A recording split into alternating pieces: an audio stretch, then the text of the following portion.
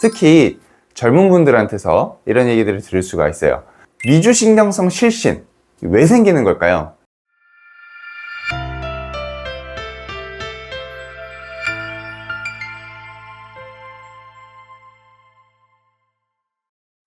안녕하세요.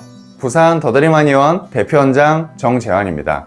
긴장되는 상황만 되면 얼굴이 창백해지고 어지럽고 갑자기 눈앞이 캄캄해지고 결국은 쓰러져 버리고, 혹시 이런 미주신경성 실신으로 고생하고 계신가요? 환자분들을 진료하다 보면 이런 얘기들을 하시는 걸 은근히 많이 듣게 됩니다. 특히 젊은 분들한테서 이런 얘기들을 들을 수가 있어요. 중요한 발표나 긴장되는 순간만 되면 불안해지면서 얼굴이 하얗게 변하고 어지럽다가 순간적으로 의식을 잃는 일이 반복된다고 하셨죠.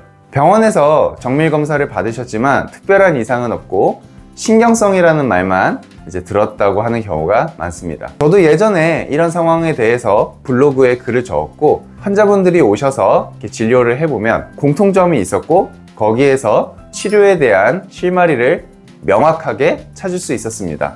오늘은 미주신경성 실신의 원인과 치료법에 대해서 명확하게 말씀드리도록 하겠습니다. 끝까지 집중해 주시기 바랍니다.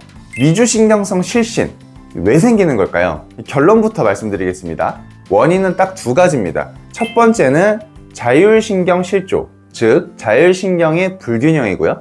두 번째는 뇌로 가는 혈류가 부족한 겁니다. 뇌혈류 부족입니다. 조금 더 쉽게 설명을 해드릴게요. 우리 몸의 자율신경계라는 건 교감신경과 부교감신경으로 구성이 됩니다.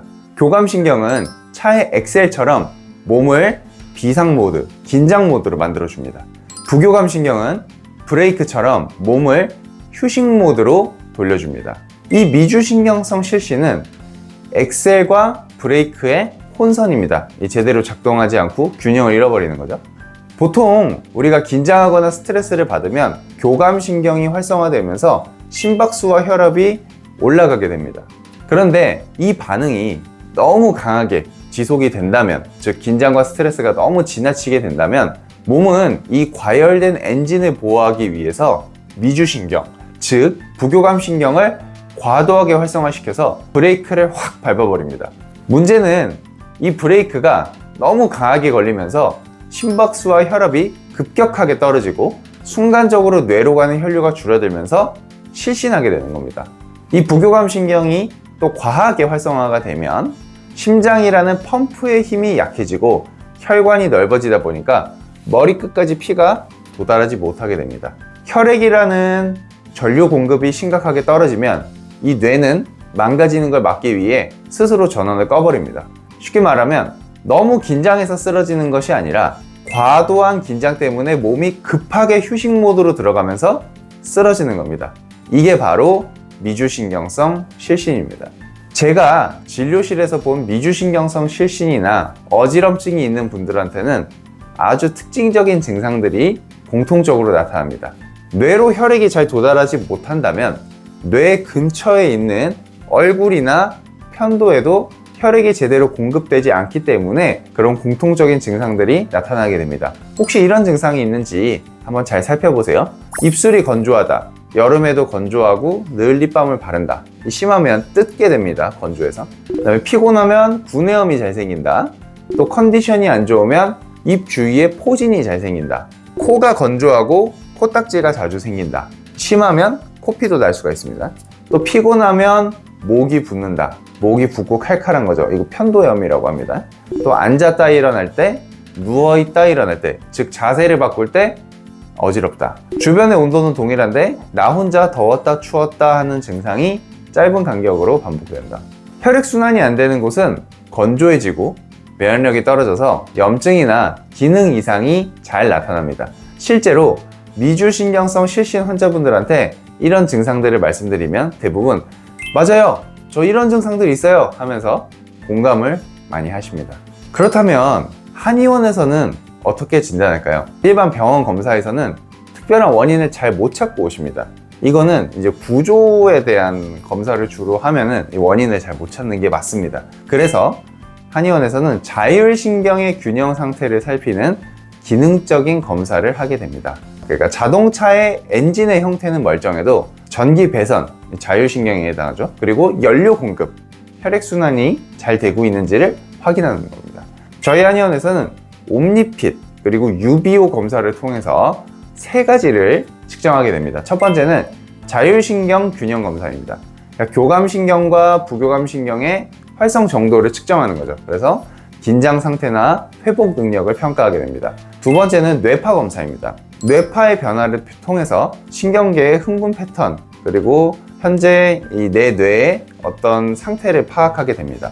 보통 미주신경성 실신 환자분들을 보면 수면에 해당하는 뇌파가 많이 나오는 경향이 있습니다. 뇌 쪽으로 혈류 공급이 부족하기 때문에 뇌의 활동성이 떨어져서 이 기계에서 뇌가 잠을 자나? 라고 이제 인식을 하게 되는 거죠. 그 다음에 세 번째, 뇌 쪽으로 당연히 혈류가 잘 가고 있는지를 이제 검사를 하게 됩니다. 다시 말씀드리지만 미주신경성 실신 환자분들은 자율신경의 불균형이 있고요.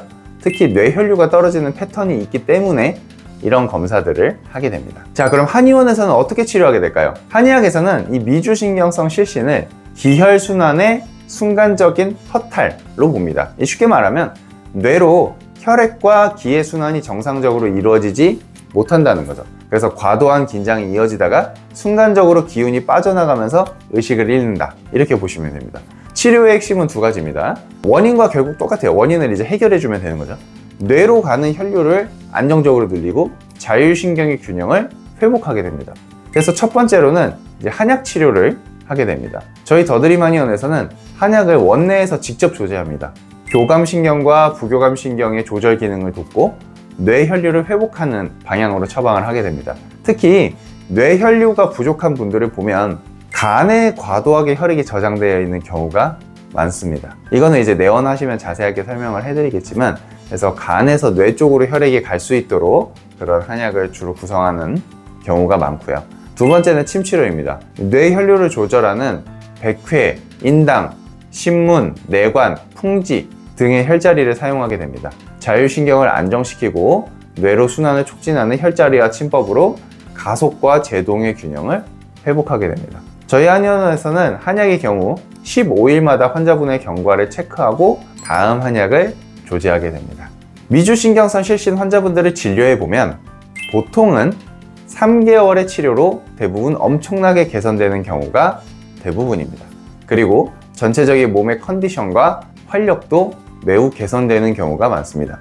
물론 환자분들의 몸 상태와 컨디션에 따라서 치료 기간과 치료 방법은 달라지게 됩니다. 이건 내원하시면 자세하게 상담 후에 말씀을 드릴 수가 있을 것 같습니다. 자, 이제 마무리 하겠습니다. 미주신경성 실신은 단순하게 기절하는 게 아닙니다. 몸이 과열되면 스스로 과하게 브레이크를 걸어서 보호하려는 반사작용입니다. 하지만 그 제동이 너무 급해서 일시적으로 꺼져버리는 거죠. 따라서 치료의 목적은 단순히 증상을 막는 게 아니라 가속 페달, 교감신경이죠. 그리고 브레이크, 미주신경, 부교감신경의 균형을 되찾는 겁니다. 그래서 이게 단순히 쉰다고 해결되는 게 아닙니다. 자율신경의 흐름을 조절하고 뇌혈류를 안정화하는 치료를 병행하면 대부분은 좋은 경과를 보입니다. 그동안 고생하셨는데 원인도 모르고 치료도 안 되니까 굉장히 답답하셨을 겁니다. 관심 있으신 분들, 또 낫고자 하시는 분들은 댓글로 문의를 주셔도 되고 한의원으로 연락을 주셔도 됩니다. 최선을 다해서 도와드리도록 하겠습니다. 감사합니다.